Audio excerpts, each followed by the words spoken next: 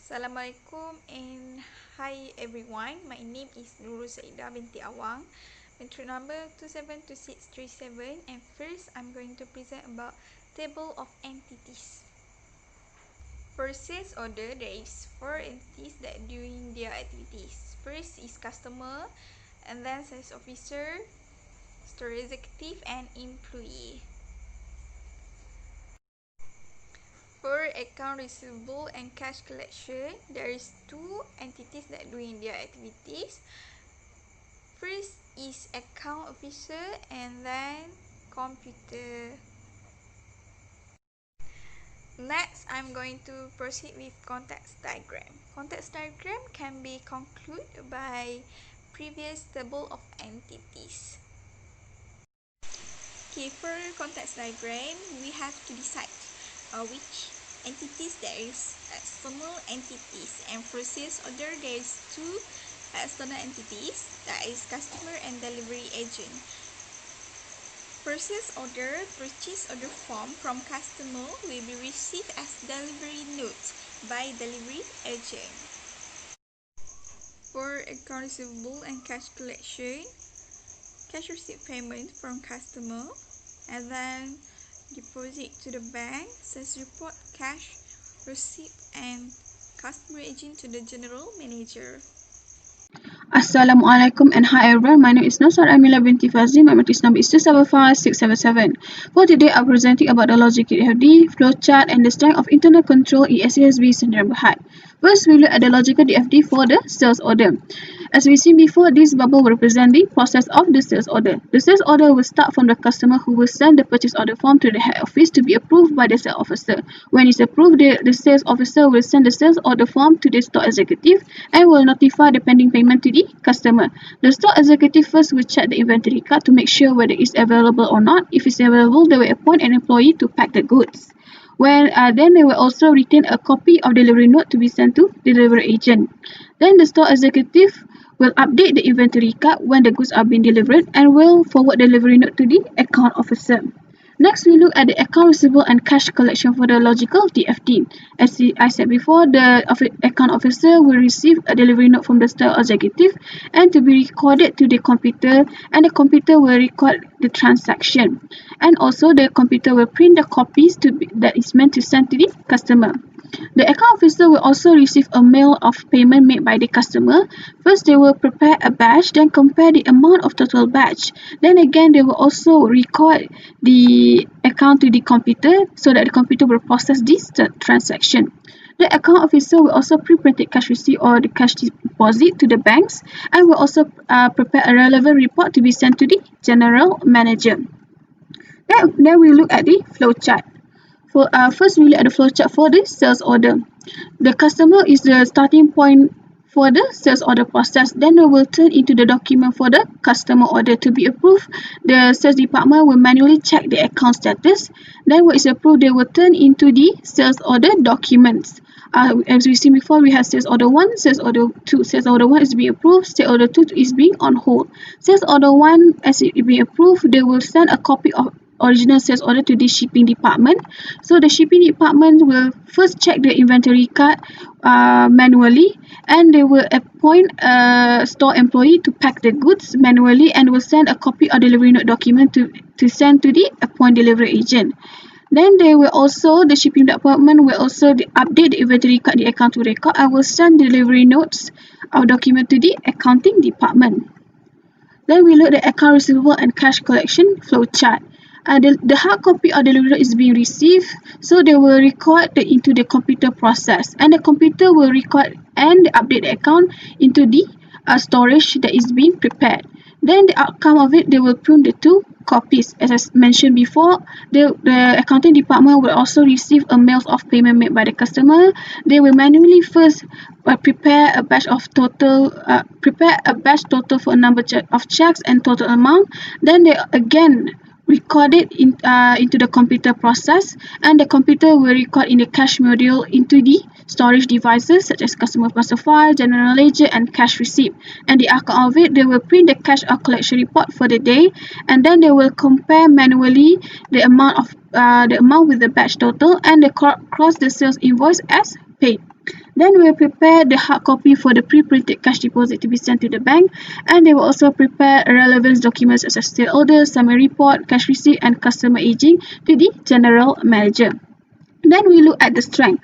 First, we look at the separation of duties. It gives the benefit of the lower manager according to the expertise, and this will be an easy to track any discrepancies as easier to detect any type of fraudulent based on the responsibility duties that is given.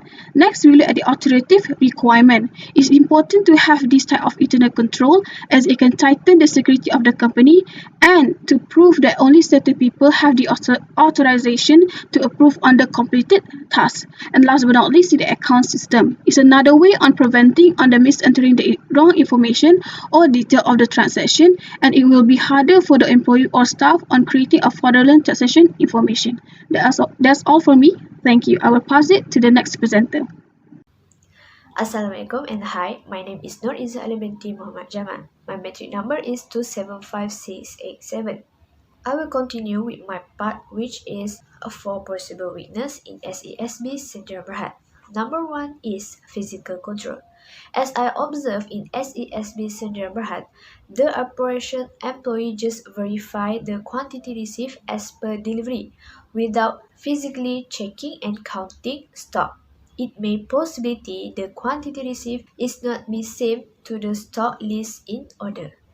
Number 2 is implication staff size. They need more employees to help them in handling incoming deliveries. As for sure, incoming deliveries is not such a simple task and cannot always be accomplished through a short time. Number 3 is physical access. SESB Syndrome Berhad have no restrict access to private secure their PCs. Have many transaction record in their business such as source document, journal and ledger, which is this document should be kept at a safe file. The last one in 4 possible weakness in SESB is computer virus. How do we identify the virus in our computer? As you all know, if your computer have an unexpected shutdowns, slowdowns, or takes too long to restart or shut down and so on, that means your computer is to be infected. So beware of it. Now let's move to the worries exposure that might have resulted from each internal control weakness. In physical control, their employee did not follow the established procedure in important tasks, which is counting and checking stock. For implication staff size, it may cause the operational risk, which means the task of handling incoming delivery will be slower. The third one is physical access. Physical access may be risk of human carelessness because they do not beware about the document safety. Last one is risk for computer virus. It may be the data will be lost, misplaced data or destroyed. If this happens, it means you will lose your time and your money to recover or restore the information that is essential to your business.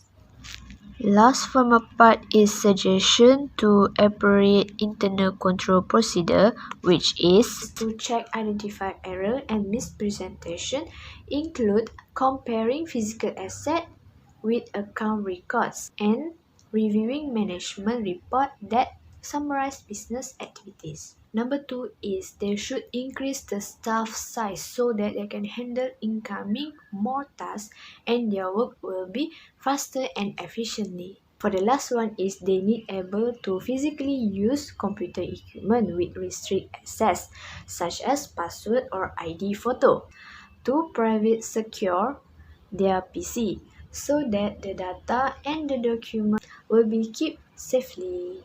So that's all from me. Thank you. Hi, Assalamualaikum warahmatullahi wabarakatuh. My name is IZZAH FAZLI and my metric number is 272639. Today I will talk about ways of fighting against cybercrimes. to deter or reduce the number of cybercrime. The authority can impose a heavy penalty, such as 20 years in jail or more than that. We also can use a full service suite for internet security.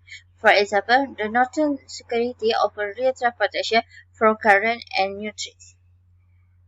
They also can help to secure your private and financial information when including the ransomware and virus when you go online. Next is educated cybercrime citizens or individuals. Regular informative information should be posted in all places. This would make people more aware about the cybercrimes. With this campaign, people will be more proactive in coping with. We also can avoid the phishing email by using anti-phishing platforms can recognize potentially harmful emails immediately.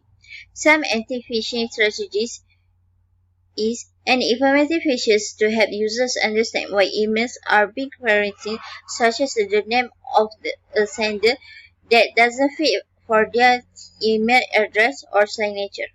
Next is updating their security software periodically. To ensure the cyber threats or malware attacks are avoided, it is best regularly upgrade the security software to their computer because it will fully help deter the cybercrime attack on the computer. It is also help to protect the patch box. One of the programmer is modified by a patch, possibly to correct a flaw or error detected after the product release. The Commission should have a means of tracking legitimate social media or email accounts. They have a way of checking and monitoring anyone who uses fake social media or email account, so they can be stopped from delivering offensive story or materials to people.